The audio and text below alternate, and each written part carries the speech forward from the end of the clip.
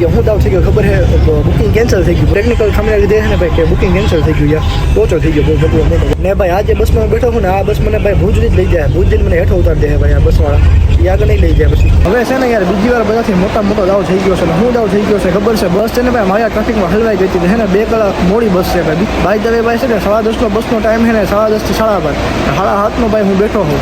એટલે કેટલા પૂરેપૂરા 5 કલાક છે એટલે 5 કલાક અમે તમારે લબડતું રહેવાનું એમ ભાઈ તમે કરો હું ભાઈ એસટી વાળા બધા તમે ભેગા થઈ પહેલાં ભાઈ એમ જ થયું પહેલાં એને કીધું કે ભાઈ ટેકનિકલ કામના કારણે છે ને ભાઈ આવવા જવાનું બુકિંગ ભાઈ કેન્સલ થઈ ગયું જય માતાજી સ્વાગત છે નવા વ્લોગ વિડીયોમાં પણ નવા વ્લોગ વિડીયોની શરૂઆત કરી દીધી આપણે ઘરેથી જવાનું છે આપણે ક્યાં આટકોટ જવાનું છે ને ઓલો વિડીયો પૂરો કરી નાખ્યો નવા વિડીયો ચાલુ કરી નાખ્યો તો હવે એને ભાઈ 6 વાગી ગયા છે ને મારી હવા હાથે 7:30 બસ છે જવાનું છે ભાઈ લગભગ 15 કિલોમીટર ગામ છે બાજુમાં ત્યાં જવાનું હોય તો પહેલાં હું ત્યાં પહોંચી જાઉં ફટાફટ બરાબર ને ભાઈ એક છે ને મોટો દાવ થઈ ગયો હું દાવ થઈ ગયો ખબર છે બુકિંગ કેન્સલ થઈ ગયું બસનું હાલતી બસમાં છે ને બુકિંગ કેન્સલ થઈ ગયું આજનું કાલનું બેયનું હાલતી બસમાં છે ને પાછું ફરીવાર બુકિંગ કરવું પડ્યું છે ચડીને કીધું કે આ નંબરનું ના નંબરનું છે કે ભાઈ તમારું બુકિંગ છે જ નહીં ને મેં બુકિંગ કરી દીધું ગ્રામીણ હિસ્ટ્રી બધું છે હિસ્ટ્રી બિસ્ટ્રી બધું છે ટ્રાન્ઝેક્શન હિસ્ટ્રી બધું બતાવી કે ભાઈ આમ ના હાલે કે તમારું બુકિંગ ઉપરથી કેન્સલ થઈ ગયું હવે રામ જાણે કેમ કેન્સલ થયું કેમ નહીં કાંઈક ટેકનિકલ પ્રોબ્લેમ આવી છે ને કેન્સલ થઈ ગયું હોય બીજી વાર મારે કાંઈક જોવું પડશે હમણાં જોઉં હું બાકી એના સિવાય બીજું બુકિંગ ફટાફટ મેં કરી નાખી બીજી બસમાં કે આ બસમાં જ્યારે જગ્યા છે બીજું અમારામાં જો જગ્યા ખાલી હોય તો બેહાડ લ્યો મને તો કે ના ભાઈ આમાં જગ્યા હતી હવે બીજી બસમાં બેવું પડશે ને ઓલોટી મેનું છે અને મને કીધું ને કંડક્ટર સાહેબે કીધું કે ભાઈ નથી તમારું તરત જ સીટમાં બેસીને બીજી બસમાં બુકિંગ કરી દીધું અને ભુજ સુધી છે ને ટિકિટ લઈ લીધી અહીંથી ભુજની જે ગામ હતું ત્યાંથી બેઠો ને ત્યાંથી ભૂલે ટિકિટ લીધી ને એમ બધું કર્યું હવે ગજનું હાલ તો ટેકનિકલ ખામીના લીધે છે ને ભાઈ કે બુકિંગ કેન્સલ થઈ ગયું યાર ટોચો થઈ ગયો બહુ બધું મોટો અહીં વાંધો નહીં તો છે ને બીજું બુકિંગ કરી લીધું છે જોઈ નહીં હવે આગળ શું થાય છે ભાઈ આજે બસમાં બેઠો છું ને આ બસ મને ભાઈ ભુજ જ લઈ જાય ભુજ જઈને મને હેઠો ઉતારી દે ભાઈ આ બસવાળા એ આગળ નહીં લઈ જાય પછી તો આવી ગયા સહી ભાઈ ભુજમાં આપણને ભુજ ઉતારી દીધા છે ને હવે કાંઈક આવી સીડીઓ મારી પાસે જવાનું હોય આપણે બરાબર ને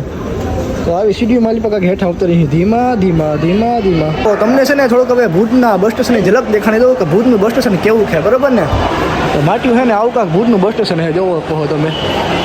રેડી ભાઈ એક નંબર જલસો પડી જાય એવું ભાઈ ભુજનું બસ સ્ટેશન રેડી એક નંબર જલસો પડી ગયો ભાઈ યુ કેન સી ગાઈસ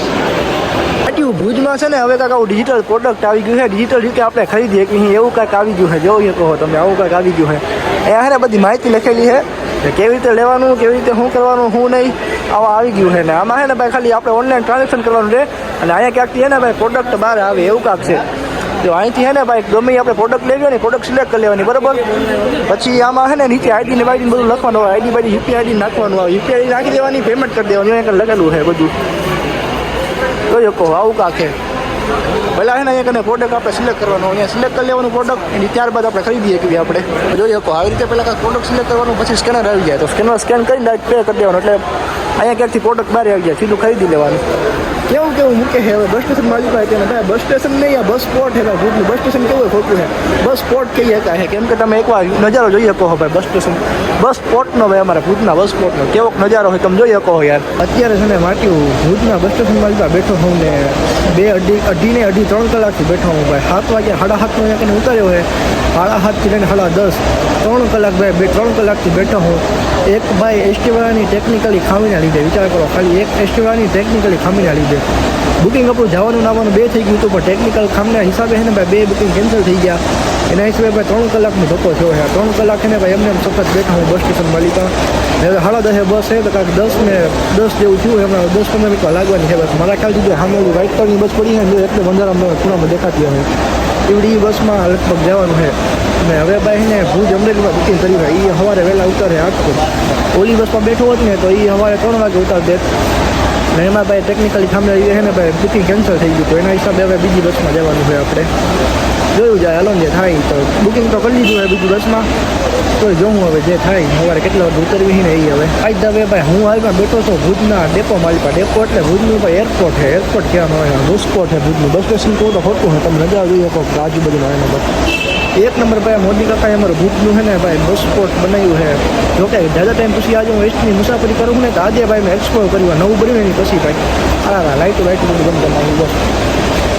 અરે રે વારે તમારા નસીબ વારે મારા નસીબ વિડીયો ચાલુ કરે તો છે ને લાઈટ બેટ બંધ કરી નાખી છે કાંઈ વાંધો નહીં આપણી બસનો ટાઈમ જાય છે તો ફટાફટ છે ને બસમાં રહી જાય હમણાં છે ને બસ લાગવાની તૈયારી છે બસ હવે છે ને યાર બીજી વાર બધાથી મોટો દાવ થઈ ગયો છે ને શું દાવ થઈ ગયો છે ખબર છે બસ 2 કલાક મોડી છે ભાઈ બસ છે ને ભાઈ મારા ટ્રાફિકમાં હલવાઈ ગઈ હતી છે ને 2 કલાક મોડી બસ છે ભાઈ બીજી વાર છે ને હવે ભાઈ મોટો જરાક તો ફાંદો થઈ ગયો છે ને હમણાં છે ને ભાઈ અહીંયા ટિકિટ બારી ઇન્કવાયરી બારી આવે ને પૂછવા ગયો તેવડે એને કીધું ભાઈ 2 કલાક છે ને બસ મોડી આવશે ભાઈ તમે ભાઈ છે ને 10:30 બસનો ટાઈમ છે ને 10:30 થી 5:30 7:30 ભાઈ હું બેઠો છું એટલે કેટલા પૂરેપૂરા 5 કલાક છે એટલે 5 કલાક હમણાં તમારે કાંઈ લબડતું રહેવાનું એમ ભાઈ તમે કરો હું ભાઈ એસટી વાળા બધા તમે ભેગા થઈને બીજી બસ મૂકો ન હોય તો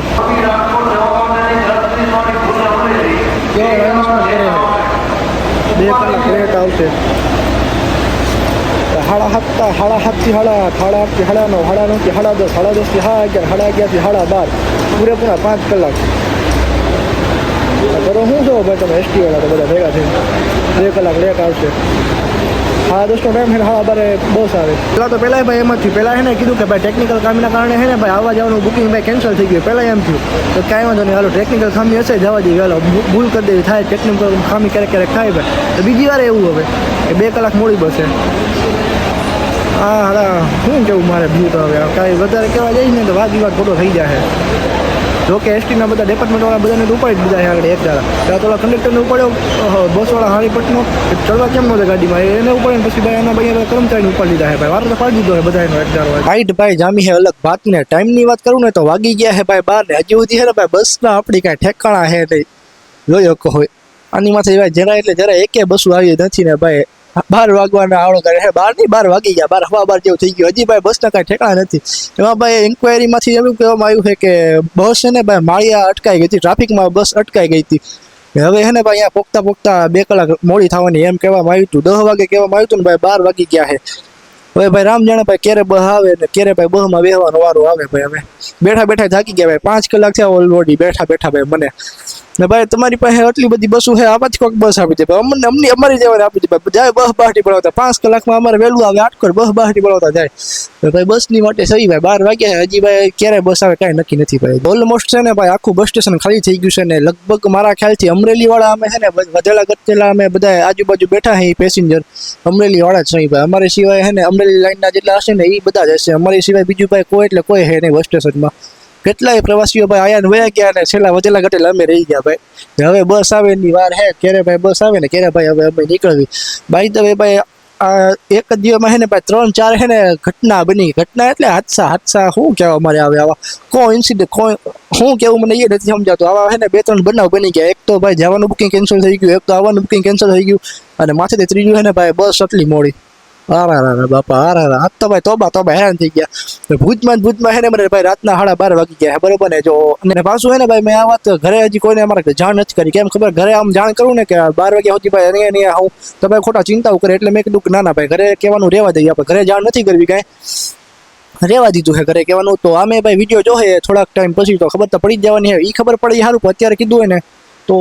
ખોટી ચિંતાઓ કરે એટલે આપણે અત્યારે કાંઈ કહેવાનું થતું નથી બરાબર ને અત્યારે કાંઈ કીધું નથી બસ આવે એટલે ફટાફટ નીકળી જાય આપણે બસ આવવી જોઈએ ને ભાઈ ક્યારનો બેઠો 5.5 કલાક તમારે ભૂતમાં બેઠા ત્યાં છે વાગે છે રાતના 1:10 ને ભાઈ અત્યારે છે ને ભાઈ ગાડી આવી છે બરાબર ને અત્યારે ગાડી લાગી છે ડેપો ઉપર હવે ભાઈ ફાઇનલી બેહું હું ગાડી માનતા બરાબર અત્યારે ભાઈ સાહેબ ગાડી આવી છે